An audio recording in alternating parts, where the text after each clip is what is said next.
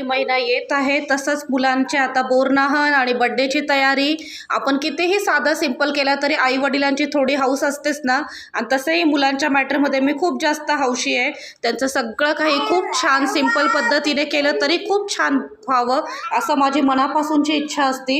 मी बोरनाहनना त्यांना तिळगुळाचे दागिने आणि फुलांचे हार वगैरे असतात ना, गळ्यातले माळा वगैरे ते आणत होते, पण मुलं खूप कमी घालतात. तिळगुळांचे दागिने ना परिपिल्लू चावूनच खराब करून टाकतात, कारण ते तिळगुळ आहे त्यांनाही कळतं स्वीटनेसमुळे.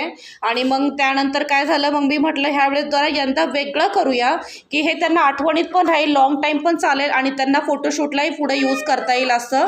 मग त्यासाठी मग मी बघू शकता हे श्रीकृष्णाची अशी बासुरी आहे आणि इथे असे खाली मोती आहे, हे पिल्लूसाठी घेतले मी मोत्यांचे आणि हे परीसाठी लक्ष्मीचं हे मी त्यांना घालणार आहे. तसंच मी तिळगुळाचे आणि फुलांच्या माळी देखील आणणार आहे, सिंपलमध्ये पण तरी छान